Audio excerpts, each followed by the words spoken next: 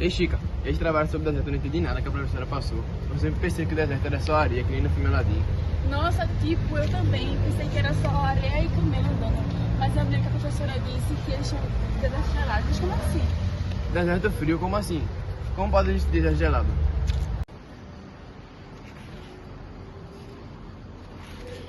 Nossa, tem coisas bem legais aqui nesse livro, mas tem coisas também que são bem complicadas, né? Que tal de procurar algo mais fácil de entender, porque esse livro aqui é muito complexo. Boa. Olha aqui, achei um podcast que explica de uma forma melhor. Vamos ouvir melhor do que ficar lendo nesse livro.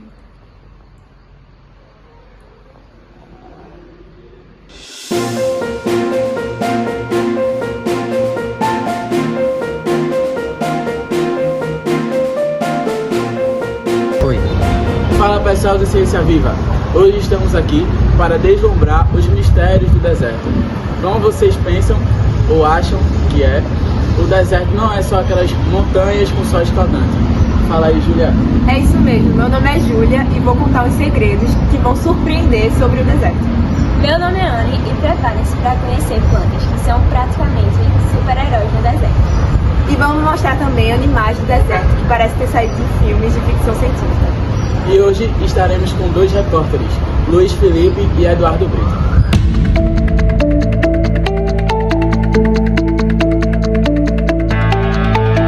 Bom dia pessoal, aqui é um forno, são mais de 40 graus. Vocês não vão acreditar no que acontece aqui de noite.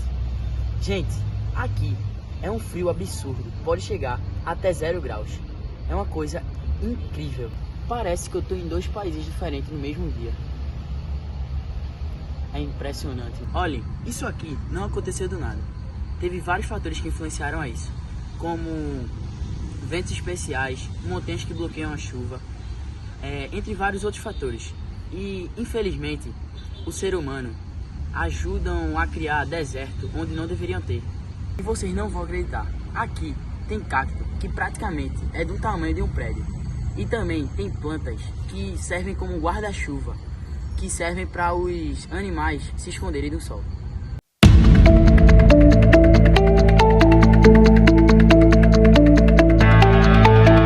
Estamos aqui no coração do deserto de Gobi, onde as temperaturas no inverno chegam a menos 40 graus.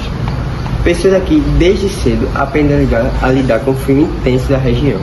Estou aqui com o morador local, a Mauri. Obrigado por conversar com a gente. Bom dia, meu querido. Bom dia, pessoal do podcast Ciência Viva. Bom, o Gobi parece inóspito, mas pra gente é casa. E como é o dia a dia nesse frio intenso? Bom, eu tenho que falar que é um desafio, com muitas camadas de lã de ovelha e pelo de iaque. No clima, tudo muda, até os animais se recolhem no inverno. Você que está em casa agora vai ver algumas imagens das vestimentas típicas dos nômades da região.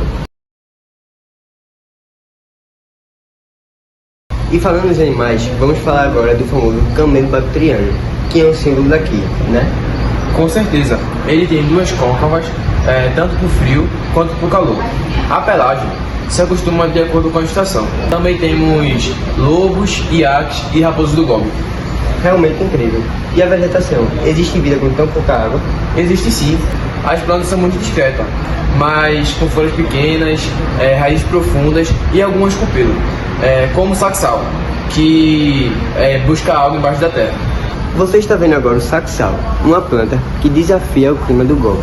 Conta pra gente, você sente orgulho de viver aqui? Para ser bem sincero, eu sinto muito orgulho. O Gobi é difícil e às vezes pode parecer assustador, mas aqui a gente aprende a viver com menos e valorizar cada detalhe. O silêncio do deserto fala por si. Obrigado por esse depoimento tão bonito. Obrigado a cada um que está assistindo nosso podcast e da próxima, voltem no verão. Eu garanto a vocês que o clima é mais amigável. Direto do deserto de Gobi, Eduardo Brito, para o estudo do podcast Ciência Viva. Que incrível, pessoal! Acabamos de conhecer um pouco sobre as diferenças do deserto. Até tivemos uma experiência com um morador local. Falando nisso, Anne e Júlia irão explicar um pouco mais sobre as adaptações xeramórficas e suas especificações. Olhem, espinhos são plantas que são modificadas e reduzem a área superficial para minimizar a transpiração. Esse processo evolutivo levou milhões de anos para desenvolver as estruturas tão especializadas e únicas que tem hoje em dia. E como elas obtêm água? Bom, existem inúmeras estratégias, como o metabolismo ácido das crustáceas, que permite a fotossíntese noturna quando os estômatos abrem, garantindo a menor perda hídrica. Durante o dia, esses estômatos são fechados e previnem a dessecação. E que outras adaptações existem?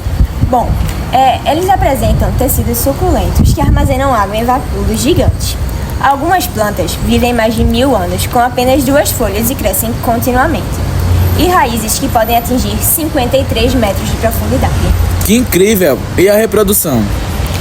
Estratégias reprodutivas sincronizadas. Muitas plantas florescem apenas após a chuva, resposta a estímulos hídricos específicos. Sementes têm dormência prolongada até condições ideais. Ótimo, pessoal! Agora, o próximo tópico da nossa entrevista será as adaptações fisiológicas dos animais. Bom, os animais desérticos, principalmente os mamíferos, apresentam características revolucionárias. Como funciona, Júlia?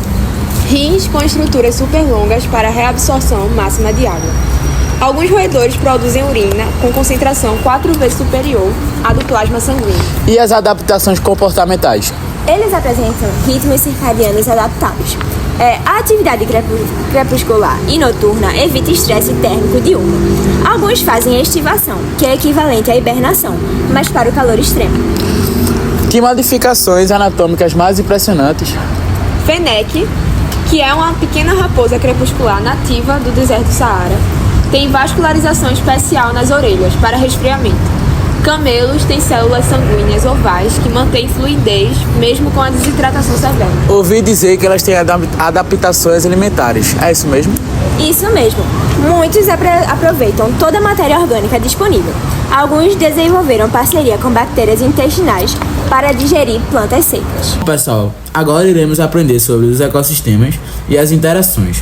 Como funcionam as relações ecológicas nesses ambientes extremos? Redes alimentares simplificadas, mas eficientes. Plantas xerófitas são a base de tudo, mesmo com a baixa produtividade. Temos os consumidores primários, principalmente insetos e pequenos herbívoros. Os consumidores secundários, caracterizados por répteis, aves e pequenos mamíferos. Também os consumidores terciários, que são predadores de topo de cadeia, como raposas e felinos. E os decompositores? Fundamentais. Fungos e bactérias especializados reciclam nutrientes lentamente. Decomposição pode levar anos devido à baixa umidade. E o mutualismo. Muitas plantas dependem de morcegos, abelhas solitárias ou mariposas noturnas para a reprodução. Parece um sistema super equilibrado. Exato. Cada espécie tem papel bem definido para evitar a competição excessiva. Infelizmente, mudanças climáticas estão alterando padrões de precipitação e temperatura em regiões desérticas. Como isso afeta a biodiversidade? Desertificação acelera o processo por onde áreas semiáridas se tornam áridas devido ao uso inadequado do solo e mudanças climáticas. E as espécies únicas?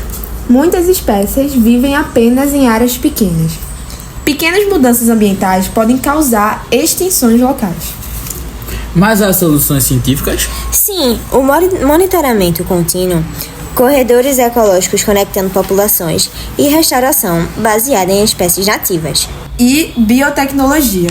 Estudamos genes de resistência dessas plantas para desenvolver culturas mais resistentes à seca.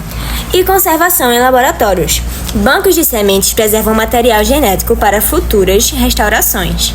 E aí, pessoal, descobriram que os desertos são laboratórios naturais? São sistemas climáticos complexos que nos ensinam sobre resiliência e adaptação, com estratégias evolutivas que inspiram a biotecnologia e a biodiversidade, que merecem nossa proteção e estudo científico.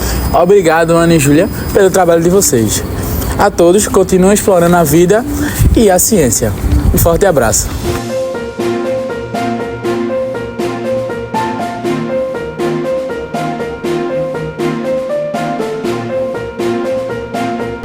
Caramba, eu não fazia ideia que existia deserto de Jura. Não. Eu pensava que o deserto era só areia e camelo, que isso estava dentro das plantas, né? As adaptações dos animais são bem legais. Dormem de dia e trabalham de noite. Eles são gênios. Agora eu entendo porque precisamos para o deserto. Eles não são velhos vazios, são cheios de vida. Pronto, agora temos material suficiente para fazer um trabalho incrível. A professora Jaqueline vai amar.